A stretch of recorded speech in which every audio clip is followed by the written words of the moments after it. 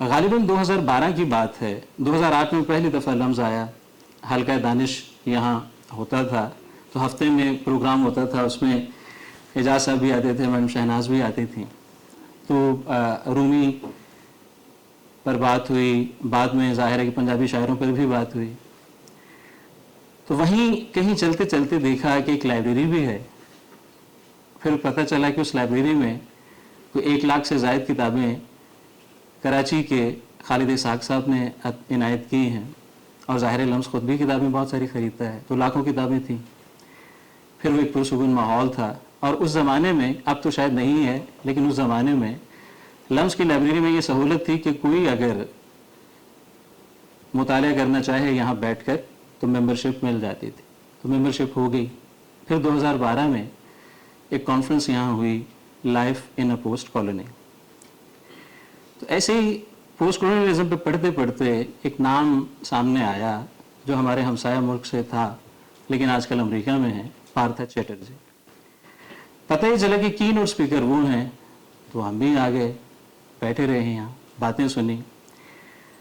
تو کہیں ان کی تحریروں کو پڑھتے ہوئے اور بہت سارے لوگوں کو پڑھتے ہوئے یہ محسوس ہوا کہ ہمارا رستہ کہیں ماضی میں جس جگہ پہ آج ہم موجود ہیں وہ اتفاقاً نہیں ہے. چلتے چلتے خود بخود یہاں نہیں ہم پہنچ گئے, بلکہ اس سفر میں کئی طرح کے موڑ آئے ہیں, اور وہ موڑ خود بخود نہیں آئے, وہ موڑ لائے گئے. وہ سفر کیا ہے؟ میں کبھی کبھی یہ سوال دیکھتا ہوں, اور اساتذہ خاص طور پر یہ بڑی اپنے جب طالب علموں سے وہ ناراض ہوں, ویسے ہی عام طور پر ہمارے اساتذہ پتہ نہیں کیوں ناراض رہتے ہیں, تو وہ ضرور ان کی کھینچا تانی کرنے کے لیے کہتے ہیں کہ دیکھو آپ ایم فل میں ہو, غالب نے تو میٹرک بھی نہیں کیا تھا. اب میں جب اس سوال پہ غور کرتا ہوں تو مجھے بڑی شرمندگی ہوتی ہے کہ ہم اتنی سی بات نہیں سمجھتے کہ غالب کے زمانے میں میٹرک ایم فل کا سسٹم ہی نہیں تھا. کیا غالب ناخواندہ تھے؟ کیا واقعی غالب ان پڑھ تھے؟ وہ بالکل پڑھنا نہیں جانتے تھے, لکھنا نہیں جانتے تھے؟ تو پھر یہ سب کیا ہے؟ اس سوال پر اگر ہم غور کریں تو ہمارے کئی باتیں جو سوال لاینل ہیں وہ ہمیں سمجھ آ سکتے ہیں. پہلی بات یہ ہے کہ غالب اور ان سے پہلے کا زمانہ ایک اورل ٹریڈیشن کا زمانہ تھا, زبانی تہذیب کا زمانہ. کتابیں ہوتی تھیں, استاد سینہ در سینہ اپنے شاگردوں میں وہ کتابیں منتقل کرتے تھے, اگر ان کو کتاب کہا جا سکے تو, کیونکہ بیشتر صورتوں میں وہ قلم نسخے ہوتے تھے. دوسرا یہ ہے کہ غالب نے فارسی, اور اس زمانے میں یہ بات موجود تھی کہ اگر آپ شاعری کرنا چاہتے ہیں تو آپ کو سینکڑوں شاعروں کے ہزاروں اشعار زبانی یاد ہوں, جن سے آپ کو پتہ چلے کہ عام بات کو شعر کیسے بنایا جاتا ہے, شعر ہوتا کیا ہے, شعر میں زبان کی نزاکت کیا ہوتی ہے. غالب ہوں یا ان سے پہلے کے اردو شاعر ہوں, وہ سب اس بات سے واقف تھے. ہمارا جو سوال پیدا ہوتا ہے کہ غالب نے تو میٹرک بھی نہیں کیا تھا, تو پھر یہ سب کیسے انہوں نے کر لیا. ہم ایک لٹریٹ سوسائٹی کے, اگرچہ ظاہر ہے کہ آپ اسے نیم کہہ لیں, یہ بہت کم لٹریسی ہے, لیکن یہ سوال ایک خواندہ ذہن میں پیدا ہوتا ہے جو یہ سمجھتا ہے کہ چھپی ہوئی کتاب میں علم ہوتا ہے اور وہ کسی ادارے سے حاصل کیا جاتا ہے, اور وہ ادارہ سرکار کی سرپرستی میں چلتا ہے. یہ بنیادی سوال ہے میرا کہ کیا واقعی علم کسی سرکاری ادارے سے شروع ہوگا, کسی سرکار کی بنائی ہوئی تعلیمی پالیسی سے آگے آئے گا, اور پھر سرکار کی طرف سے جو سند دی جائے گی جس پر ٹھپا لگانے کے وہ دوبارہ پھر پیسے لیں گے, تو کیا وہی اہل علم کہلائے گا؟ یہ وہ سوال تھے جن پر غور میں کرتا رہا. اب ہوا کیا؟ اب ہوا یہ کہ جب ہمارے یہاں کتابیں چھپنا شروع ہوئیں تو وہ خود بخود نہیں چھپ رہی تھیں, ہم نہیں چھاپ رہے تھے, اہل علم نہیں چھاپ رہے تھے. میں نے ایک کتاب لکھی, میرے پبلشر نے وہ چھاپ دی. کیا ہندوستان میں پرنٹنگ کا کام اسی طرح شروع ہوا ہے؟